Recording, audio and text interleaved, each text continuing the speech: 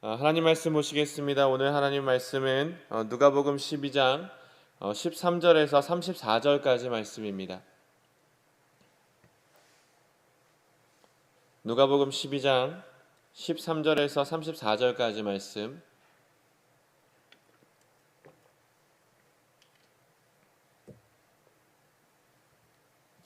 누가복음 12장 13절에서 34절 말씀인데요. 우리 13절부터 21절까지만 같이 보도록 하겠습니다. 제가 한 절, 여러분이 한 절, 한 절 한 절 교독하겠습니다. 제가 먼저 읽겠습니다.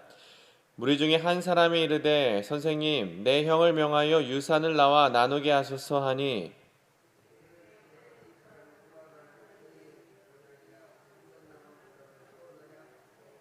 그들에게 이르시되 삼가 모든 탐심을 물리치라 사람의 생명이 그 소유에 넉넉한 데 있지 아니하니라 하시고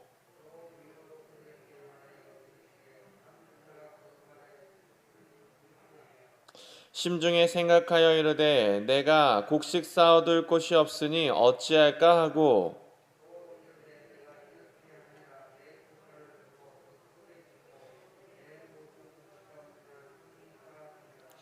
또 내가 내 영혼에게 이르되 영혼아 여러 해 쓸 물건을 많이 쌓아두었으니 평안히 쉬고 먹고 마시고 즐거워하자 하리라 하되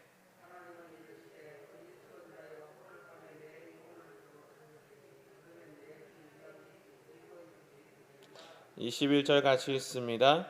자기를 위하여 재물을 쌓아두고 하나님께 대하여 부어하지 못한 자가 이와 같으니라. 아멘. 저는 오늘 누가복음 12장 13절에서 34절까지 말씀을 가지고 하나님의 주권이라는 제목으로 하나님 말씀 같이 나누도록 하겠습니다. 여러분 그 영끌이라는 단어 들어보셨습니까? 영끌.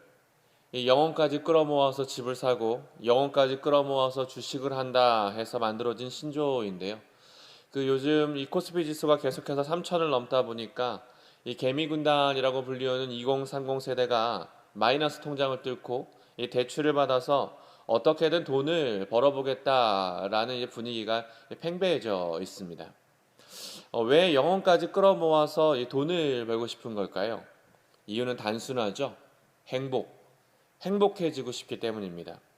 이 불안한 세상 믿을 게 별로 없고 성실하게 사는 것만으로 뭔가 부족한 듯 보여지는 세상이다 보니까 자기가 추구하는 행복과 안정을 얻기 위해서 이 영혼까지 끌어모아 무엇을 하고 있는 건데요. 이 쏟아지는 기사와 이 뉴스들을 들으면서 좀 가만히 생각해 봤습니다. 그리스도인인 우리에게 진짜 행복은 뭘까? 모두가 돈 하는 세상에서 조금은 바보 같지만 우리가 고백하고 또 살아내야 할 본질은 뭘까? 그러다 1월 29일자 중앙일보에 이 연세대 철학과 명예교수인 김영석 교수의 인터뷰를 읽게 되었습니다. 올해 나이가 102세, 1세기를 관통한 기독 철학자에게 중앙일보 기자가 찾아가서 묻습니다. 어떻게 하면 행복을 찾을 수 있습니까? 아니, 행복하고 싶어도 그렇지 못한 사람들이 있다는데 그들은 누구일까요? 그들은 왜 행복하지 못한 걸까요? 이 질문에 102세의 노 교수가 답합니다. 이 세상에 행복해질 수 없는 두 부류가 있대요. 첫째는 정신적인 가치를 모르는 사람들. 이 복권에 당첨된 사람들이 몇 년 지나지 않아 이전보다 더 못한 삶을 살게 됐다는 기사를 우리가 종종 듣게 되는 것처럼 이 정신적인 가치를 모르는 사람들이 많은 물건을 가지면 그들은 더 불행하게 된답니다. 이는 권력과 명예도 마찬가지. 이 얘네들의 이 특성 자체가 만족을 모르기 때문에 가지면 가질수록 더 목이 마르고 추구하면 추구할수록 더 허기지는 거죠. 그러기에 행복하려면 이 자족하는 마음을 가져야 하는데 이 정신적인 가치를 가진 사람, 우리로 따지면 하나님 나라의 가치를 가진 사람만이 그런 만족을 할 수 있다는 거예요. 그리고 두 번째, 행복할 수 없는 두 번째 유형은 이기주의, 나만 아는 사람이랍니다. 이기주의자는 이 인격이라는 것을 가질 수가 없대요.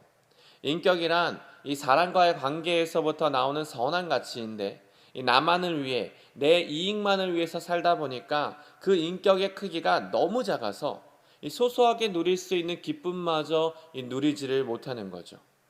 어찌 보면 이 참 당연한 말인데 이게 생각보다 이 울림이 있습니다. 이 무려 1세기를 살아온 이 철학자의 말이라 그런지 한 귀로 듣고 한 귀로 흘릴 수가 없는 묵직함이 있는데, 사실 오늘 우리가 함께 읽은 이 본문도 그렇습니다. 이 노교수를 찾아온 기자처럼 어떤 사람이 예수님을 찾아와서 요청합니다. 이 자기 형한테 명해서 유업을 나눌 수 있도록 도와달라. 그러자 주님이 누가 나를 너희의 재판장으로 세웠냐며 이렇게 말씀하시는데, 13절부터 15절까지 말씀 같이 한번 읽겠습니다. 13절에서 15절입니다. 시작. 무리 중에 한 사람이 이르되 선생님, 내 형을 명하여 유산을 나와 나누게 하소서 하니, 이르시되 이 사람아, 누가 너를 너희의 재판장이나 세웠느냐 하시고, 그들에게 이르시되 상가 모든 탐심을 물리치라. 사람의 생명이 그 소유에 넉넉한데 있지 아니하리라 하시고, 예수님은 사람의 생명이 소유에 있지 않기에 먼저 그냥 탐심을 버리라 라고 단도직입적으로 말씀을 하십니다. 그러면서 16절부터 비유를 들어 한 부자의 이야기를 들려주세요. 이 농사를 지었는데 그의 농사가 대풍년이 맞았던 부자가 있었습니다. 끝데없는 수확물에 이 부자는 행복한 고민에 빠져요. 내가 어쩌지? 창고가 너무 좁은데 이 많은 걸 내가 어쩌지? 막 입꼬리가 자연스럽게 막 이렇게 올라갔겠죠. 막 창고를 헐고 더 크게 짓자. 그리고 혼잣말을 합니다. 곡식과 재산을 모아두고 이제는 놀아야겠다. 크게 성공했으니 은퇴해도 좋다. 이제부터는 잘 먹고 잘 자고 잘 놀고 막 편안히 인생을 내가 정말 이젠 즐기리라. 그런데 이때 하나님이 말씀하십니다. 어리석은 사람아, 너는 오늘 밤 죽는다. 그러면 창고에 가득한 네 재산은 누구 것이 되겠느냐? 그러면서 21절에 예수님이 말씀하십니다. 자기를 위하여 재물을 쌓아두고 하나님께 대하여 부여하지 못한 자가 이와 같으니라. 유진 피터슨의 메시지는 이렇게 번역합니다. 너희의 창고를 하나님이 아니라 너희의 자아로 가득 채우면 이렇게 된다. 즉, 이 본문은 두 가지에 대한 하나님의 주권을 말하고 있습니다. 먼저는 물질이에요. 물질의 주권은 하나님의 것, 내가 벌어서 내가 돈을 쓰는 것 같지만 이 모든 건 하나님의 것이요, 그분이 나에게 주시는 것이니 늘 감사하며 살라는 거고요. 다음으로는 영혼. 아무리 큰 권세와 힘이 있어도 인간은 결국 피조물, 뭔가를 좀 가졌다고, 뭔가 좀 할 수 있다고, 영혼까지 내 마음대로 할 수 있을 거란 착각 하지 말라는 거죠. 즉, 이 세상의 권세자, 나보다 조금 더 힘이 세고 나보다 뭔가를 가진 그 권세자는 두려워하면서 하나님은 두려워하지 않는 사람들을 향해 예수님은 비유를 들어서 경종을 날리십니다. 그러면서 22절에서 34절까지 너무도 유명한 말씀을 하십니다. 29절에서 우리 31절만 같이 읽겠습니다. 29절에서 31절 말씀만 같이 읽을까요? 시작. 너희는 무엇을 먹을까 무엇을 마실까 하여 구하지 말며 근심하지도 말라. 이 모든 것은 세상 백성들이 구하는 것이라. 너희 아버지께서는 이런 것이 너희에게 있어야 할 것을 아시느니라. 다만 너희는 그의 나라와 그의 나라를 구하라. 그리하면 이런 것들을 너희에게 더하시리라. 조금 전 자기 소유를 주장하던 부자의 비유를 드신 것처럼 무엇을 먹을까 마실까 근심하지 말라는 말씀 역시 하나님의 주권, 하나님 아버지의 신실하심과 은혜를 말하고 있어요. 그래서 코로나19 시대 모두가 어려움을 당하고 있는 이때에 오늘 말씀을 그냥 읽는 것만으로도 큰 위로가 되는 이 소망의 메시지가 되기도 합니다. 그런데 이 본문에서 예수님이 유일하게 구하라, 너희는 구하라 하신 대목이 있습니다. 먹고 마시고 입고 쓰는 모든 것 구하지 마라, 구하지 마라, 하나님이 다 주실 것이다 라고 말씀해 놓고서는 유일하게 구하라, 이것만은 구하라 라고 하신 말씀이 있으니 이게 뭘까요? 하나님 나라, 하나님 나라입니다. 31절입니다. 31절, 다만 너희는 그의 나라를 구하라. 그리하면 이런 것들이 너희에게 더하시리라. 하나님의 나라와 하나님의 의, 그분의 뜻은 간절히 구하라는 거예요. 그래서 복음서를 살펴보면 먹고 마시는 문제에 있어서 예수님은 늘 굉장히 쿨하게 기도하셨습니다.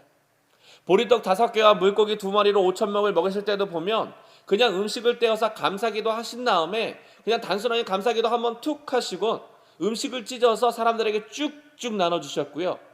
그리고 죽은 나사로를 살리실 때도 아버지 아들의 기도를 들려주십시오 라고 간단히 기도하신 뒤 나사로야 나와라 쿨하게 세상 쿨하게 기도하세요. 즉 사람을 먹이고 사람을 살리는데도 불구하고 예수님은 철야를 하시거나 금식하신 일이 없습니다. 이게 뭐지 싶을 만큼 너무 간단하세요. 그런데 십자가의 그 길, 그 사명의 길을 가시기 전에는 40일 광야에서 금식하셨고 겟셋마네 동산에선 땀방울이 변하여 핏방울이 될 만큼 밤이 새도록 기도하셨습니다. 하지만 우린 반대로 하죠. 대부분 반대로 합니다.